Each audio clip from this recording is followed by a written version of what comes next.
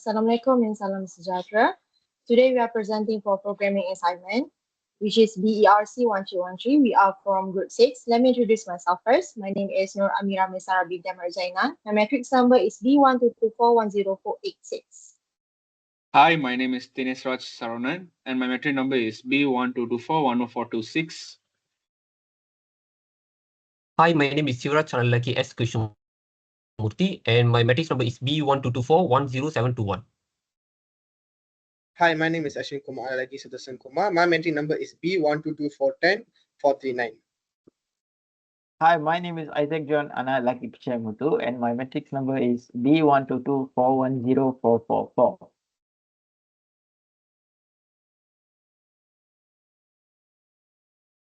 Okay, for introduction, our project is Network Host Finder. It's a simple Dev C++ application created to help students understand subnetting and IP addressing. It focuses on calculating usable hosts and identifying IP addresses, while also teaching basic file finding and clean coding practices in C. The program is designed to be user-friendly, especially for beginners in networking and programming. So we have for our point, which is first one is calculate usable hosts with prefix length. Uses calculate underscore host to compute how many IPs can be used in a subnet. It removes their network and broadcast addresses for accuracy. The second one is detects IP address plus E to E. Uses IP underscore class to find the class of an IP based on the first octet. Useful for learning even though it's not commonly used today. The third one is can save and load data. Users save and load data to let users store and open past results. This helps with learning and keeps data for future use. Fourth, easy to use text menu. Display underscore top menu shows a step-by-step menu. It checks users' input to avoid errors like wrong IP or prefix values. The last one is organized with separate functions, which is each feature is in its own function. This makes the code cleaner, easier to understand, and good for practice.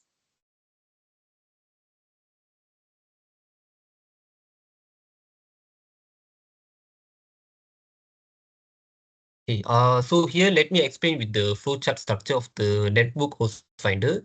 So the process will begins at the start node, and the program first will display the main menu with several choice for the user to select from. And after showing the menu, the program will wait for the user to input a choice. So depending on the user selection, the program follows one of our four cases. So for the first case is calculating the host. And if the user chooses to calculate the host, the program will prompt the user to enter the network prefix. And it will calculate the number of hosts based on the prefix, and then it will save the data and it will display it on the count. And for the second case too, it will identify the IP class.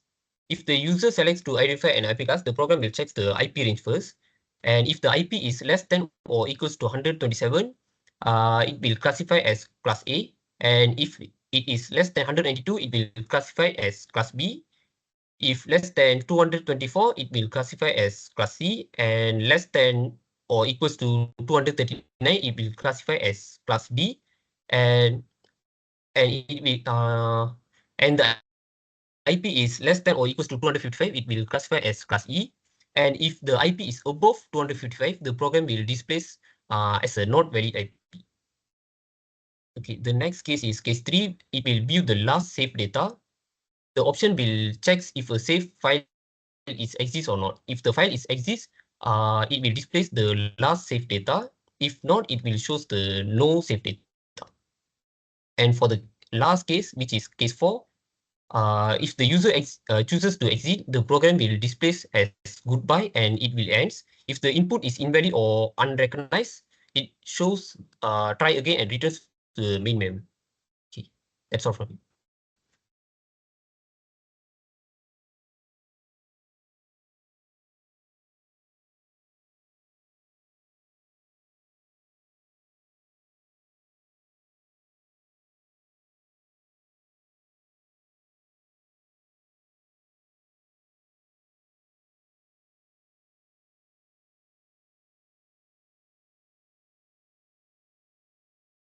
function, we have the void display top menu. Second function, we have the void calculate host. The third function, we have void IP class. The fourth is the void save data. And for the fifth is void load data. So let's move on to the first function.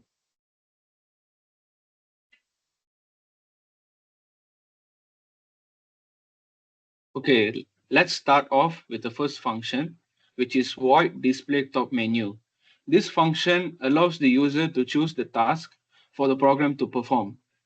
As we can see, the first three lines is the name of the program, which is Network Host Finder. And the first choice of the menu is to calculate amount of hosts based on prefix, where the program calculates hosts when the user gave the prefix. The second one is identify IP class, where it can identify the network class. The third one is last saved data to display previous data. And the last option is exit program.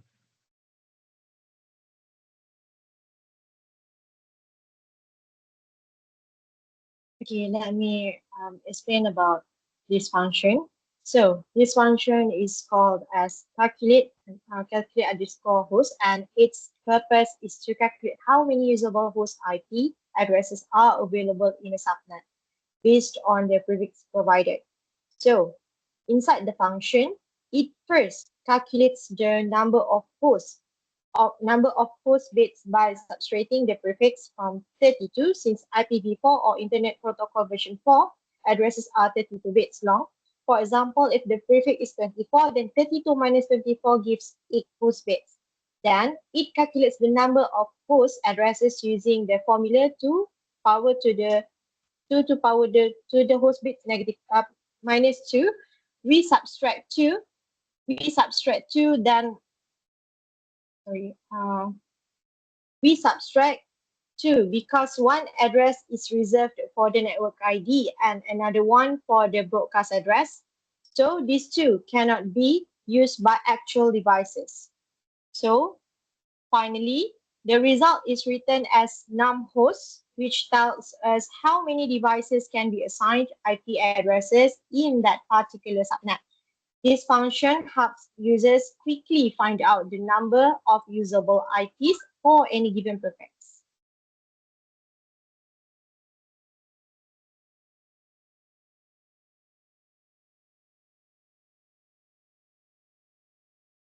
So moving on to the next function, which is int IP underscore class. So on this function, the program helps the user identify the class of IP address based on the first octet. When the user enters the first octet of an IP address, the number between 1 until 200, the program checks which class it belongs, whether it's A, B, C, or D, or E. Each IP class has its specific range. This function makes it easier for beginners to understand how IP addresses are grouped in networking. Then the program, once it decides which classes it is, the program then displays the results clearly on the screen showing the class of the given IP.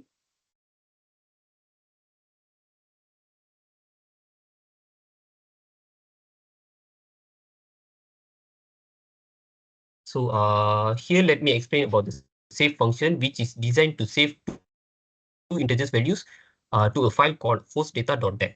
So for the function will take two parameters, which is prefix and host, which is both are integers.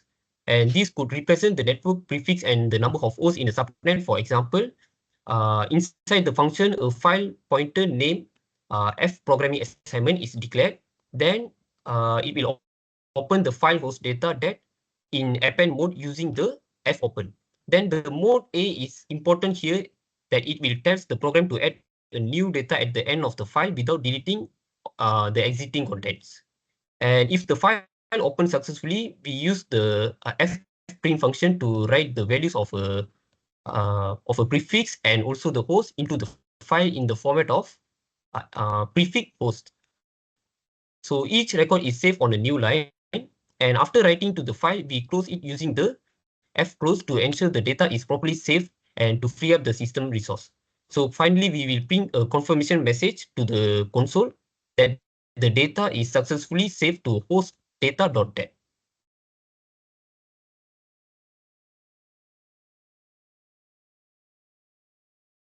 Okay, let me explain about int load data. This function is reads data from a file called host data. This function is used to access pre-saved data. As you can see, the code starts with 3 integers and declares as prefix, host, and iStatus. Prefix and host hold values read from the file, while iStatus stores the result of the fscan function to control the reading loop. Okay, moving on to the next part of the program, which is F programming assignment, F open hostdata.dat. This line attempts to open the file hostdata.dat in read mode. If the file doesn't exist or can't be opened, it will return to null. And moving on to the next part, which is if F programming assignment is null, it will print as no saved data. It will check the file was successfully opened or not. If not, it will print an error message and exits using return. Then iStatus scanf F programming assignment, prefix and host. This line is used for scanf to read 2 integers from the file, which is prefix and host variables. The return value iStatus indicates how many value was successfully read from the function. Then we move on to the loop, while loop. Okay. While iStatus equals to EOF. EOF is end of file. This while loop continues as long as the end of the file hasn't been reached. Inside the loop, the function prints the values of the prefix and host, then attempts to read the next pair and continues so on. And as it goes on, it will this section as printf prefix and printf host. This section will print the current pair of values read from the saved file. And moving to the final part, which is end of the file, if iStatus is equals to end of file. When the end of the file is reached, a message is printed to indicate that no more data is available and all data are read from the function. Okay, so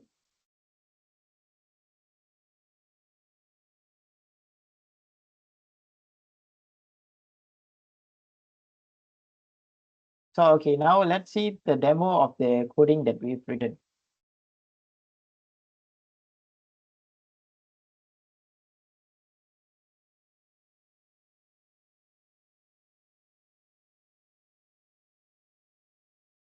So as you can see, this is coding that we've written. So the first one, we can see we have the headers, which is the your input output header, and header which we use for the equation which we are going to use at the down. We're going to calculate the power. And when you see from the line 4 till line 8, it is the function declaration where we declare each of the functions, 5 functions that we are using. So the first one is this job menu, calculate host, IP class, and load data. That is the function declaration. And then we can see the from line 11 until line 20, we can see the function definition. Sorry, from line 11 until line 86, we can see the function definition where we define each of the functions doings later on the main function over down here. So as you can see, each of the definitions is the explanation of how each of the function works on the main function at the top, at the bottom there. So moving on to the main function, starting from the int main until the return 0, we can see we have 4 different cases and a default exit. So what it does is case 1, it goes to the function 1 where it counts the number of hosts using the prefix. And for the case 2, we can see when we enter the IP addresses first octet, it will calculate the IP class. So we can see here, we will call back the function that we wrote. And so once we call back this function, it will go up to the function definition, and it will start doing what it's supposed to do. And for the case 3, it is going to load the data back according to the function definition. And once it loads the data, it breaks. And for the case 4, it can see once the case 4 is insert, which is the exit, it is going to print goodbye and it is also going to break. And for the defaultly, when we insert other numbers beside 1 until 4, besides 1 until 4, it is going to print a try again message. And finally, it returns 0 after it breaks everything. So now let's see the output of the coding that we got.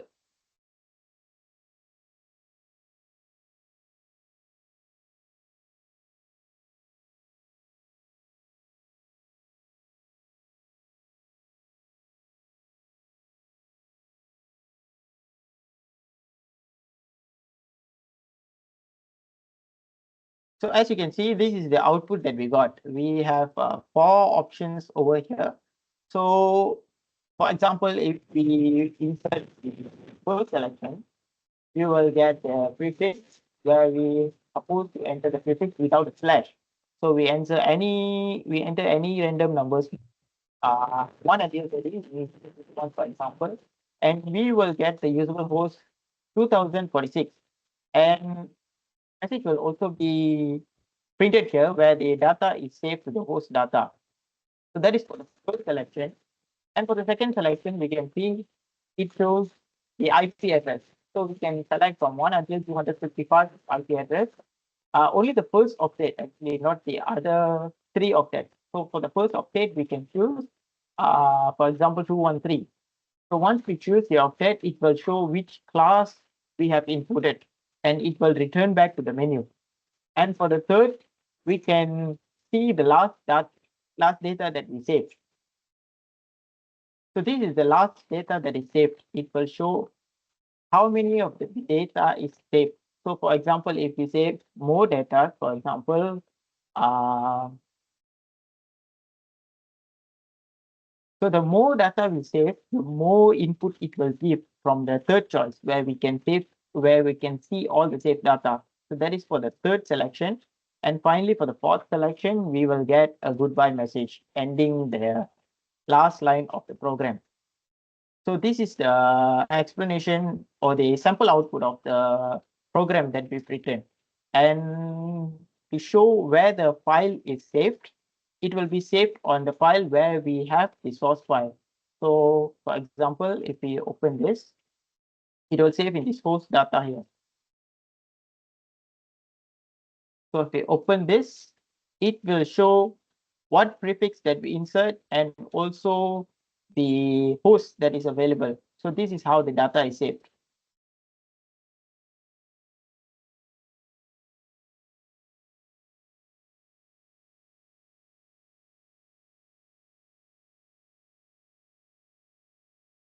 So that is for the demo from me.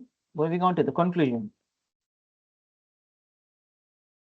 So as conclusion, there are a few limitations to this program where it supports only IPv4 address, not IPv6, where most of the all the networks, all the servers are using IPv6 nowadays. So it lacks subnetting, broadcast address, and first last host address features because it only calculates number of hosts. Another one is it saves data in numeric format only and doesn't save any alphabetic data. So to solve these issues, we have few suggestions for improvement. Firstly, we can add input validation for an IPv6 support. Next, we can include subnet mask, network ID, broadcast and host range features. Finally, we can enhance data storage to support both numbers and text. So that's all from our group. Thank you.